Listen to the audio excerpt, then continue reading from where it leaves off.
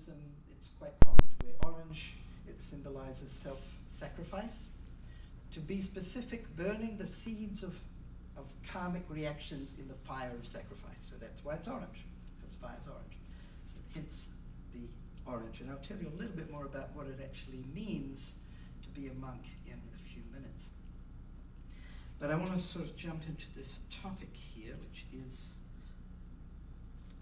this one. Living here in Silicon Valley, I've been here for 15 years now. You tend to hear a lot of stuff about technology.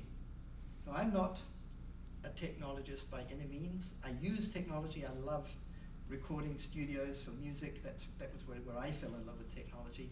And of course, I use computers, and I have an amazing designer who makes all these beautiful visuals for me. I didn't do that, but she's really awesome. She's from Mexico.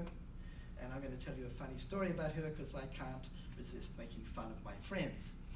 But so I love using technology for various things, but I don't really understand algorithms or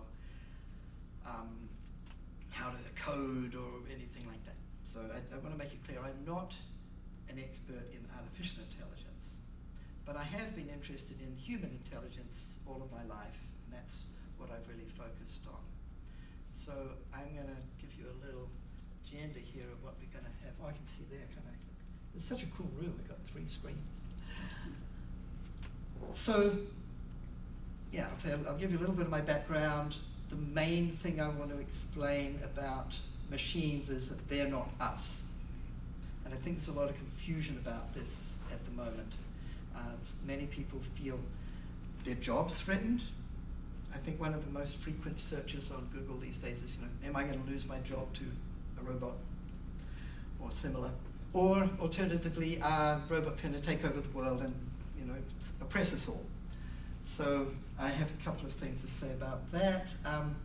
We're going to do some meditation together. That's my main job. I teach meditation. And then I'm going to explain something about what in my tradition we call intuitional science. And that's like a methodology for developing intuition, which is a part of the yoga meditation tradition. And at the end, we're going to have a little quick look at what we might think about if we want to have a better future for all of us. Okay? That's the overview. So I'm going to tell you a little about who this peculiar monk dude person is, and give you a few thoughts from other people mostly on what's the problem with people. So that was me. Started off as a little blob and then grew into this little guy with an apple, not sponsored by any particular company or anything. It's an ordinary apple. My first dream was to be a wizard. When I was about 10, I wanted to be a wizard when I grew up. I thought this seemed like a very worthy ambition, to be wise and powerful and kind, like Gandalf, who defeated the evil Lord of the Rings. But then when I was about 16, I got a much more realistic ambition, which was to be a rock star. So that was, Eric Clapton was who I wanted to be, and that was my focus. But when I was 19, I had a very extraordinary experience. I have to admit, it had something to do with the substance. The brand name was California Sunshine. I'm not joking. And as you might have guessed by this point, it was a type of LSD. I took it just twice, and that was enough for me to understand that I should never take drugs again, but that there was a whole other dimension of my internal world that I had not known existed.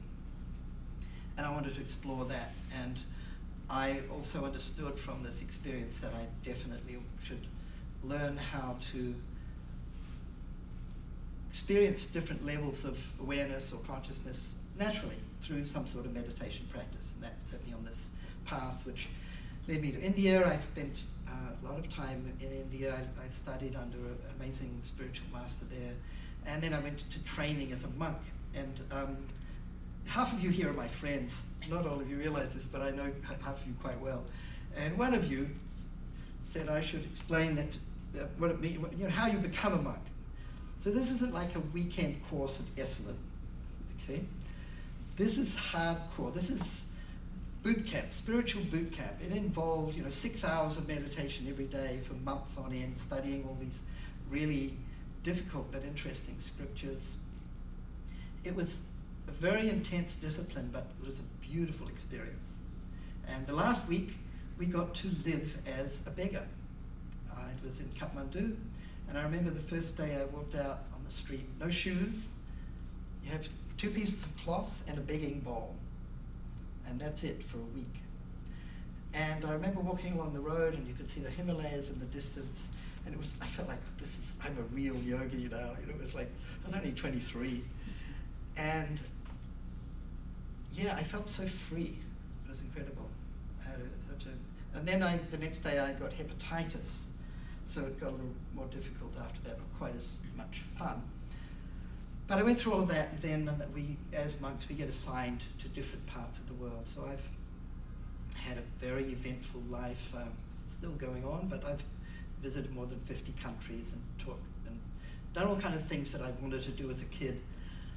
Not exactly being a wizard, but not exactly being a rock star, but sort of, which is very unexpected. So that brought me here, and I want to tell you a bit about what I sort of think about what's happening to the world, to people's minds and moods. And I got this from Tristan Harris. Who knows of Tristan Harris, or maybe knows him personally? I know you know him personally, right?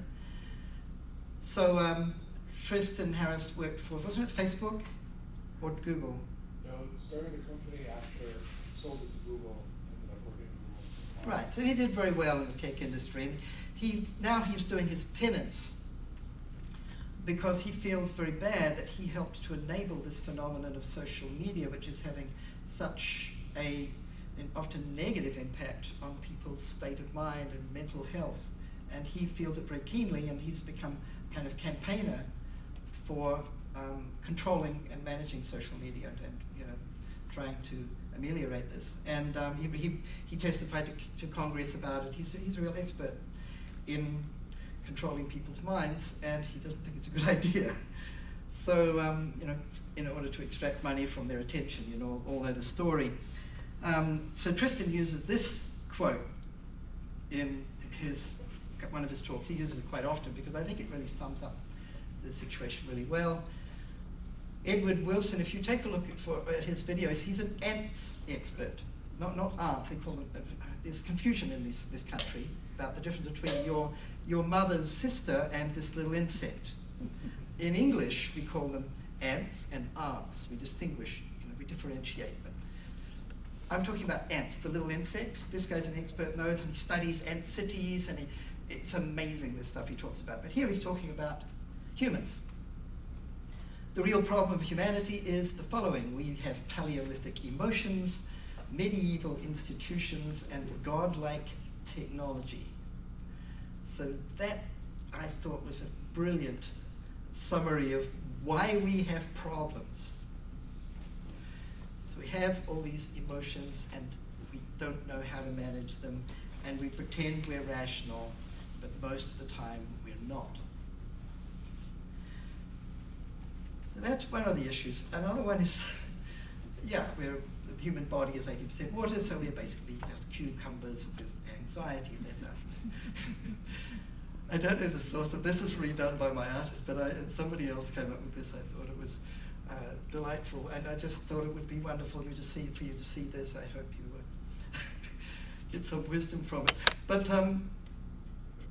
we don't seem to fit in the natural world somehow, and it's of course because we've developed to the point we are creating our own environment. We're no longer subject so much to the environment that we grew up in as a species, right? We've exterminated most of our predators. We've taken over the planet, and now we don't know how to control our power. And it's a very wonderful book. Anyone read this? Lost Connections? Yeah, it's awesome, right? It's kind of intense, but very good. So he talks about this and, to sort of summarize that we've lost our connection with nature, with family, with community, with meaningful work, and with ourselves. And what he's really focusing on is this worldwide epidemic of stress, anxiety, and depression. This is not just happening in this part of the world, it's everywhere, pretty much. There's a few pockets of communities where people are sort of sheltered from this, but most of the world is suffering from this extreme angst, and this has been increasing. This is the 40-year pandemic, not the 2-year one we just had. And it shows up as increasing problems with mental disease in all sorts of countries. And I have a friend in Australia who was, okay, here's one little part of the solution, go for a walk in nature. But even when you do that, you take it with you. We're sort of missing the ability to just enjoy what's around us. We've lost touch with that capability.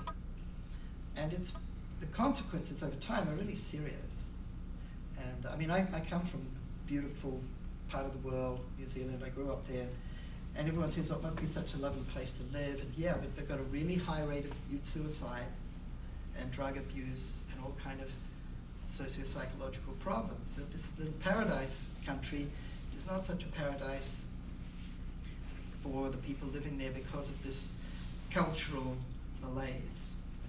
And it's partly fed by technology. It's certainly amplified by social media and similar technology. So my thought is that we need to start off by really trying to get clear on who we are. And I maintain that we are not machines. There's a pretty well-known interviewer, guy who's got a brilliant podcast. His name's Tommy Bilyeu. Anybody watched his shows? He interviews people. I really like the guy. I mean, I think he's brilliant. But I disagree with him on one point. He talks about us as data processing machines. He's basically everything in the universe. All existence can be broken down to just data, and that we are a product of that. And I really disagree. I think this ignores 90% of what makes us special as humans. So this is my new mantra, if you like. So I'm going to look at a little bit about the differences between artificial intelligence and human intelligence. What is intelligence? And what different views are there on there? By just a clue, nobody knows. There is no consensus on what intelligence even is amongst psychologists, neurologists, scientists, philosophers. Everyone's got a different idea. So I'm just going to give you a couple of those ideas, but there is no agreement on this. It's a little bit like consciousness. That's a big debate as well. So here's somebody I learned from. Actually, he was my student. Patrick Bangert, lovely guy, lives in the Bay Area now. I first met him when he was 18. He was the sort of star student at UCL in the physics department in London. And I taught him meditation, and we became very close friends, and he went on to have he's a bit of a superstar. He had a second dan black belt in Taekwondo. He was the top student in the whole department. Everybody wanted to be this guy. But at the same time, he was humble and nice. It's a really unusual combination. So I have a very high opinion of him, and we reconnected about 5 years ago when he came to California. And so I've interviewed him 3 times because I want to understand this stuff. And his brain's all full of algorithms and numbers, and he's got a master's degree in string theory, which I don't think anyone understands. And then he went on to do an extra master's, but that was after his PhD in something that I don't know what, some maths thing. He even did an extra master's degree in Tibetan Buddhist philosophy, which involved learning Tibetan. So he did all that on the side. Then he became the youngest university professor in Germany, and they didn't like that. And then he went and started an algorithm company that analyzes industrial processes, and that was quite successful. And then he was the VP of Samsung AI department for a little while, and he just left that and he's doing something else. So if I want to understand things about maths and numbers and physics and technology and algorithms, I talk to Patrick Bangert, because he's my buddy, and I can get him on the phone. So I've interviewed him a few times, and for my first conversation with him about AI, this is what a few things I understood. The difference between human and, at least at learning, because, there's different bits to, even I know, there's different bits to artificial intelligence, and one of them is how it learns. So AI tends to learn very slowly. It requires tons of data just to learn the difference between a dog and a cat in a picture, right? We all, how it's trained on masses of data. And of course, to learn language, which is tremendously complex, it requires vast amounts of data, years of training, and hundreds of millions of dollars worth of computer power and all that. So it learns slowly, but it remembers everything. And it's also hive mind, so it can download, share data with the other computers in the network. So it's different than us. And in some things it's better than us, but some things we're better. We learn really, really quickly. As a little kid, you're just stumbling around and you figure out what the difference between a cat and a dog and a tree and a chair intuitively, basically. You just need a few examples and you got it. You don't need tons of data. We're very good at, it's what's sometimes called general intelligence. I don't know if that's actually correct. So we learn really quickly, but we forget all of it. 90% of it, 99% of it, that's us, right? How many of you have university degree? I'm the only one who doesn't. I'm pretty sure I'm the only one in this room who doesn't. I ran off when I was 20, well less than, I was 20 really. I ran off to be a yogi, dropped out of university, much to my mother's horror. Sorry, Mum, but I was happy. So how many of you remember 10% of what you studied at university? You do. I majored in journalism. You're a marvel. See, you studied, and you practice it. And I'm a journalist. Yeah. So. This is unusual. I know. What you studied, you actually do. Yeah, you reinforced it. But if you hadn't done that, we forget. And our rational mind, at least, is individual. It's separate. So I'm thinking stuff now, or if I'm, whatever I'm thinking, what you're thinking, we're walled off, right? Now we do have this other sort of part of our, you could say, mind, which I call intuition, and I would say that's, well, maybe it's not entirely separate sometimes. That's kind of a big, complicated, debated topic, so let's not worry about it. Okay, learnings from Dr. Patrick Bangor. My first one, which he emphasized, he said, look, let's be very clear, Terminator is not real. Okay? And he was serious because he said this is the most frequent question he gets. As a sort of AI expert, he gets interviewed a lot and they always ask him about this. He says, look, that's the movies. He said that Hollywood has done a great disservice, I should say, to the reputation of artificial intelligence. It's really not like that. And also he said Terminator 2 is also not. Well, I said that actually, but I just wanted to embellish, make it very clear. However, there's a big problem around AI, and one of the most serious ones is autonomous weapons. So we have had remote controlled drones flying over different parts of the world, operated by the US military from someone sitting in a bunker in Arizona for years. This is different. Autonomous weapons are where the AI makes the decision whether they're going to fire or not and kill somebody. Human beings instinctively and intuitively have a very strong resistance to killing other humans. Autonomous weaponry takes that natural reluctance, which seems like a pretty valuable thing, out of the equation. So this is why a lot of people are very much opposed to it. And there's been some movies made about this. This is a very big moral, ethical question. And of course a military one. So so a lot of people are campaigning, in the United Nations. There's many nations trying to ban autonomous weapons. Guess which 3 countries are blocking it? US. The US is one, and? Russia.